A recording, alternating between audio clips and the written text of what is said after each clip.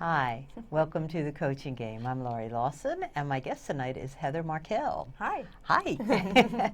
Heather is no stranger to my show. She's a new one on the Coaching Game, though, and I'm so glad. Let's see. Heather is a business coach. The theme of tonight's show is passion, and I have never known Heather to do anything without passion. So I'm going to tell you where it came from. First of all, this is a television show based on the Fantastic Points of View game, which is a series of 65 cards with exquisite photography and a little word at the bottom. And the whole idea of the cards is to bring right and left brain thinking together. So you're traveling down the normal path and then you're over here. And what about the back and the front of the brain? And whatever, it takes it all and just go around in circles, yes. Okay. Circling around until you find the right answer. But it expands your horizons and you come up with answers and solutions that you never even thought possible. So what I normally do with my guest is I say, pick a card, you know. And of course, Heather picked the passion card. Of course I did. And but let me show you the passion card. It is lovely zooming. I love that. Yes, isn't that great? Hold it up and it's telekinesis, yes. That's awesome. I have special powers. And it's really passion fruit, which is appropriate, I guess, and someone seems to be enjoying it in the corner here. So this is the card she chose. And I was kidding, and I said, well, I'm not surprised. And then today I find out she's got a workshop with the name Passion in it, and she's got her ringtone on her phone. It's like, everything's passionate. Like everything's passionate. You may notice there's a picolette. Picolette. Picolette is her bull, so to speak. Yeah. Yes, she is passionate about finding the right glass to finish the last drop of her drinking. Yes, okay. She has her own Facebook page looking for that She glass, absolutely does, and you'll often see Picolette out of bars. Yeah, you'll see her all over the world, and in restaurants and hotels and some interesting other places. yes, other monuments and sites. John Hamm and John Stamos once. I'm still looking for the next celebrity. Really? Yeah. Okay. So she gets around, and I couldn't have not had her on the desk because Heather's also passionate about picolette. So I want to know, what made you choose the passion card? It was just so exactly aligned with where I am in my life and my business. I mean, it was funny, you sent me the cards to choose from, and I think it took me about 2 minutes. I was like, oh, there's like 5 that I like. And then I saw this, and I was like, oh, that's it. That's the one. Done. Yeah, it just really spoke to me immediately. You know, I went with the word, and then when you sent me the explanation, I was like, yeah. It's just who I am.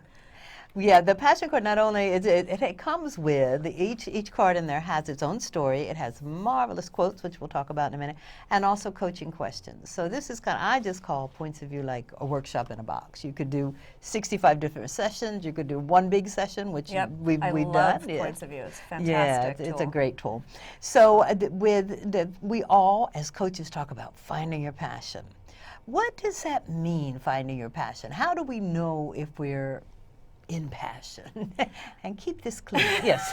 Well, shoot. Well, I'm sorry, I can't keep. I'm going to go now. Yeah, really. So I guess, you know, I think it's somewhat different for each person. I think for myself, I actually just went to Sedona, Arizona in December.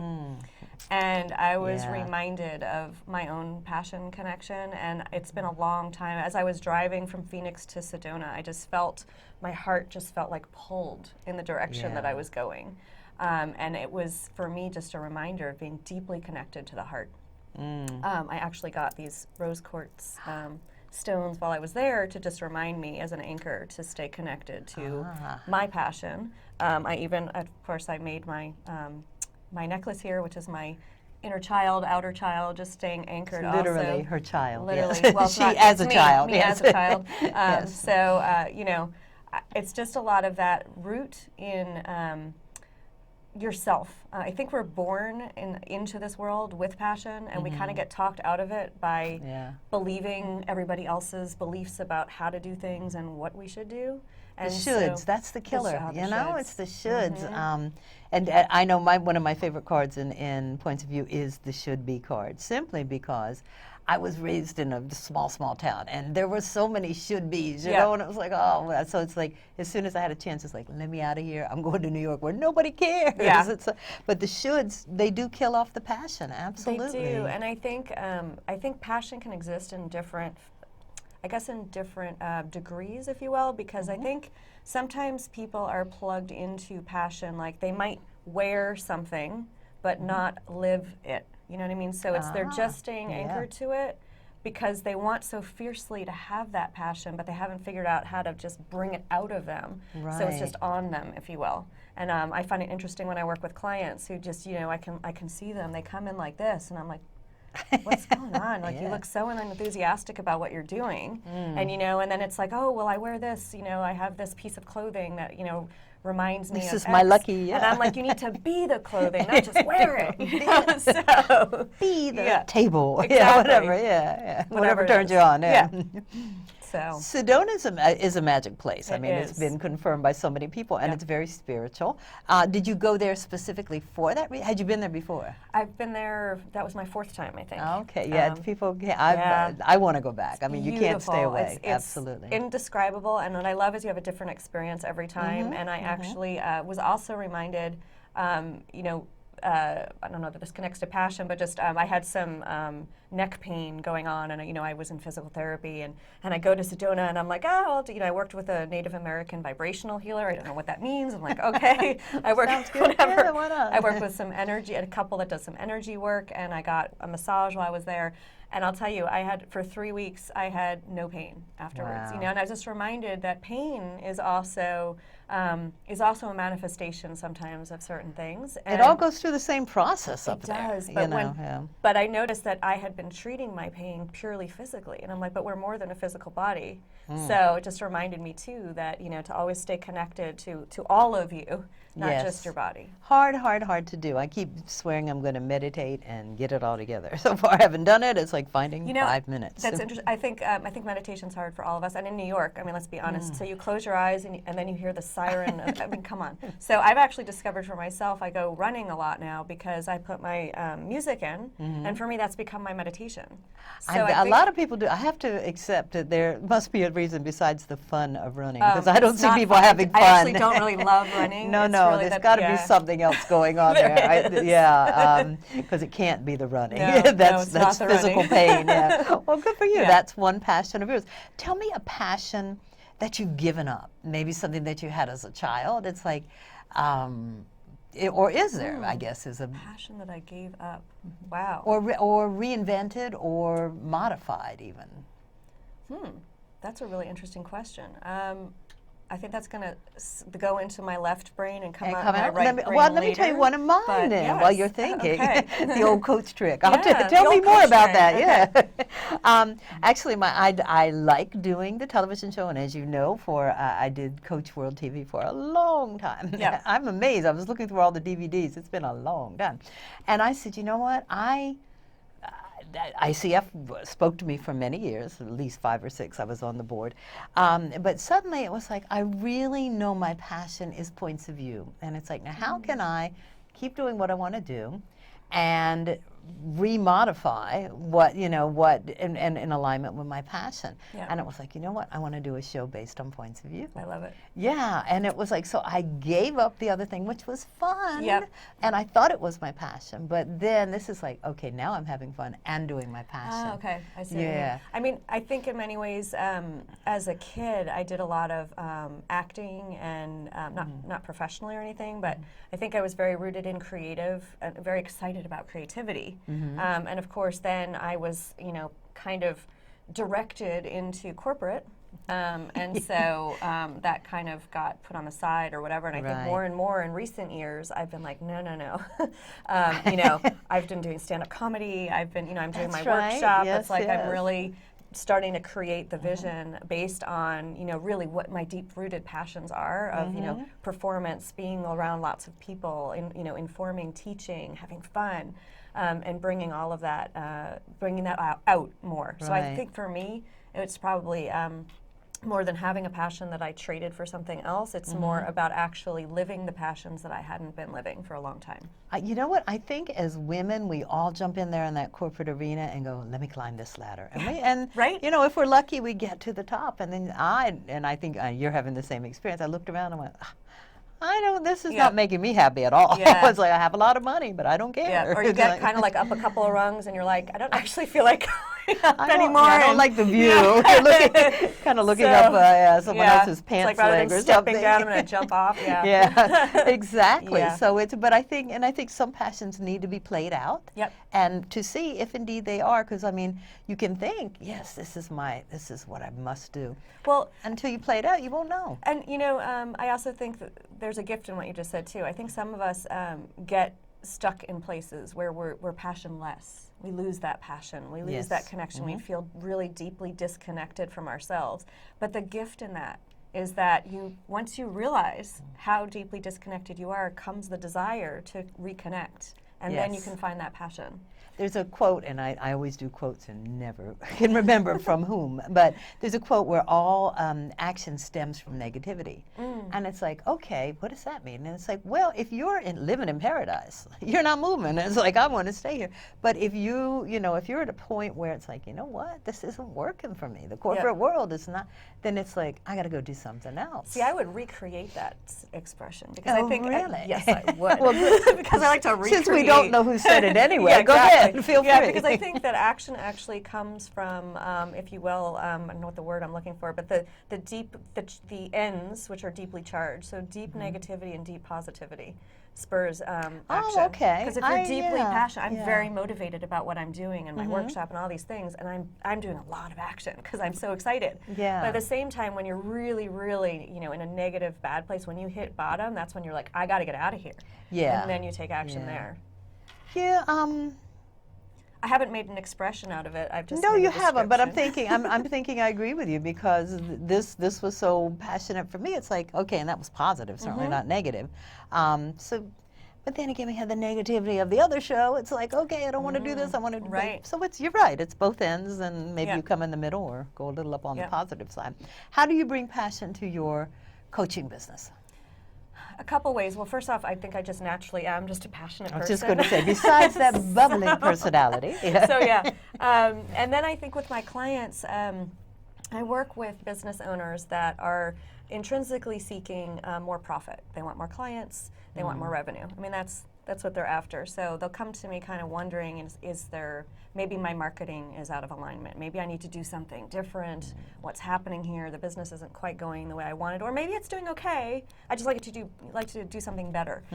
So I talk to them a bit, and where the passion comes into me right away is that I check in with them on whether they are really, truly aligned with their own passion. Because I find in business, when a business owner is complaining about the revenue or their client base, that there's usually two things going on, one of two. And it's either that they are no longer passionately aligned with what they are doing and need to tweak it a bit. That could mean keeping the base of what they're doing, but just shifting it, or it could mean a total change.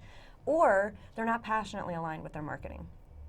And I have, and as an example, a client I've been working with who really does not like social media. I mean, okay, so there's a lot of us. Welcome to the 21st century. Okay. Yes. And I completely understand. So we explored a little bit about what she wanted to do, and she's interested in informing and creating a community. So I explained to her how she could use some social media platforms to create the community, and then she said, "Oh, I never realized." And then social media became interesting to her because she could actually use it to accomplish exactly what she wants. So she aligned it with rather than sharing breakfast and all that stuff. So it was magic. Is there a way that we can determine if we are aligned with our passion, or is it just a little nudge in there? I think I can only I think it's somewhat subjective. I think for myself, the way I feel, for me, it's about feeling. That was the reminder again I got in Sedona. It's really it's about what you feel, even more than what you do. Yeah. And if you're at all familiar with Abraham, who Jerry and Esther Hicks and Abraham and all that, there's a lot of If you're not, if you are, great. If not, it might be too woo-woo. But oh, okay. But anyway, so no, but it's a lot of focus on the feeling, right? So if you are aligned with your passion, I mean, it has something. It's very akin to integrity for me. Integrity, I think the best definition I ever heard is that when your thoughts, your feelings, your emotions, and your actions are all in alignment, you are in integrity, right? So it's not. It's when contrary to thinking one thing and saying the opposite when you're out of integrity. So when you're in integrity, I believe that's the place where passion thrives, right? Because you've opened the door to just be a clear channel for the passion. Right. But if you are out of alignment somewhere, you can feel it. You can feel like either sick to your stomach or your heart is kind of, a little bit in your gut, or you feel that twinge of anxiety. I mean, those are all signs to me that you're actually not, aligned with your passion. In a business owner or in the clients that I've worked with, I can just see it in, literally, it might be slumped shoulders. It might be just sort of like actually not getting your work done at all because you're just not interested in doing it. Right. And the ones that are passionately aligned, you can see it in their eyes. And one of my clients who we completely transformed her business, I'm just still, to this day, just amazed. Like, she gets stuff done now. Like, just there's no stopping her because she's really aligned with what she's doing. Are you saying procrastination can be cured? Yes. Really? I think procrastination, honestly, is simply you don't want to do it. And you just haven't been in integrity to say that you didn't want to do it. So that's out of, I'll get it done, but you're not going to, right? So I'll get it done, or God, somebody will do it for me, please. Yes. Yeah. Okay, I love that. And a couple of times now you've mentioned how being out of integrity or being not in alignment with passion has physical ramifications. And I think this has been a week for me where it's suddenly I'm going, what is wrong with me? And I'm going, you know what? It's the week I've had. That's what's wrong with you, is you think something's wrong with you. But it's like, you're getting these twinges and your blood pressure spikes a little and you go, what is, and it's because it's been a very tension-filled week. And it's like, okay, you have to accept that and say, this can all be caused by the mind and circumstances that are going on. So I think that's important. Tell me about your workshop. Sure. Coming up soon. Yes, March 22nd, Saturday. And it is called Passion, Personality, and Social Media. How cool is that? The keys to internet marketing success. And I am partnering actually with a social media expert, Peter Marino. And I am going to be presenting the importance of passion and personality in marketing. What I do in my business, especially my personality-based marketing program, is I have my clients work with bulls, both fear-based bulls and transformative bulls. So we're going to be using them. Not real bulls, okay? Bulls like this. Yeah, little card bulls. Yeah. So we're going to use them to basically look at our fears of social media and see if we can shift the fears. And then we're going to segue into some excellent just takeaway tips that you can action right after leaving the workshop to use social media and get some SEO marketing in there, so you can walk out of the room and just be like, I got to get to my computer and do this quickly. Fantastic. Yeah. So are you saying that social media is a must?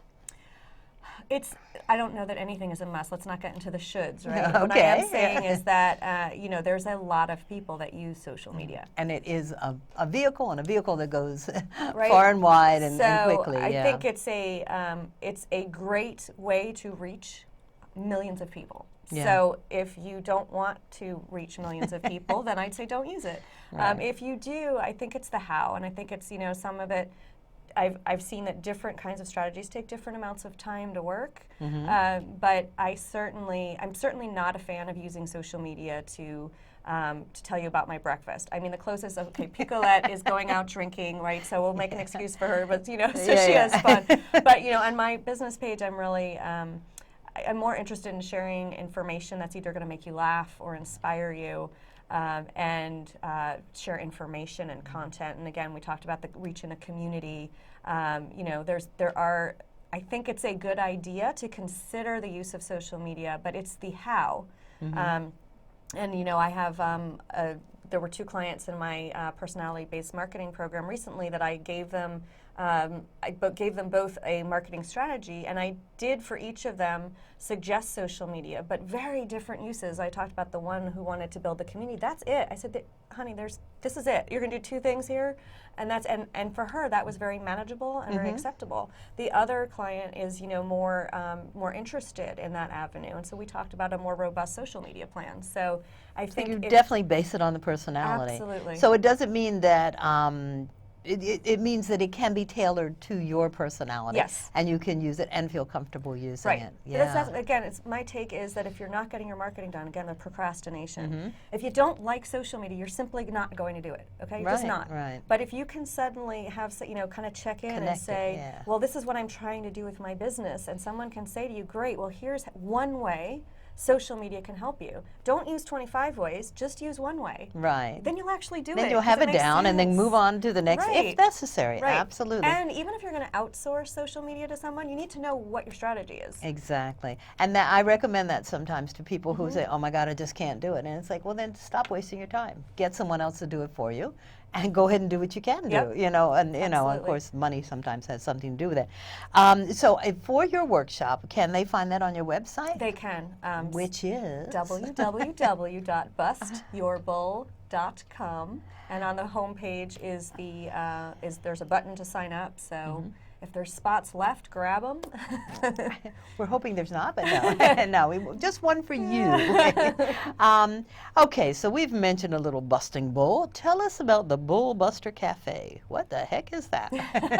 So that was the real deep goal or the mission of the Bull Buster Cafe is to really align people with their passion and their integrity. It's a lot about the bull being the thoughts and the beliefs that we happen to use in everyday life to not get what we want, right? So, for example, taking the social media one, I mean, it's like, oh, I want my business to reach more clients, but social media is useless. Well, if that's your belief, right, then you're cutting out millions of people. I mean, that's fine. I mean, you'll find another way, but you can see how that's a contradictory thought process. I'm often asked, why is it called a cafe? And the reason is that my intention is eventually it'll be like a traveling roadshow, so you can actually come into a virtual cafe and get your bull busted. So we'll just sit down and say, what's happening? What do you want to get done? What's not getting done? And let's take a good look at it and then just bust it. So it's a matter of determining or discovering limiting beliefs, undocumented fears, but just things that you've grown up with. All kinds of crazy things that we tell ourselves to, one, to protect ourselves, and two, to stop ourselves from doing what it is that we really need to do.